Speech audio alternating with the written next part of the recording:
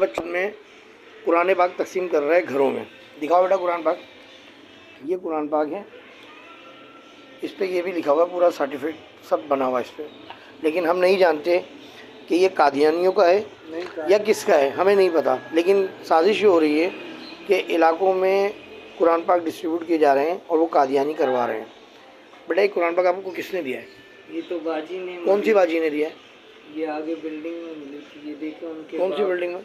बाप का नाम है नूर का। नहीं, कौन सी बिल्डिंग में मिली थी? ये पीछे इलाके में। कौन से इलाके में? लालू के 10 नंबर। लालू के 10 नंबर में। उन और आप क्या करते हो उनके यहाँ?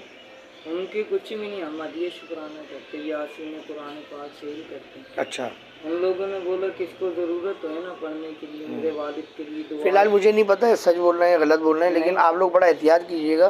कोई भी कुरान पाक देने आए तो आप खुदारा ना लीजिए, क्योंकि ये जो है ना, इनके तर्जुमे भी नहीं होते इसमें। देखें, अब नहीं पता हमें कि कादियानी सिस्टम कुरान दे रहा है या कौन सिस्टम कुरान के दे रहा है, हमें नहीं पता।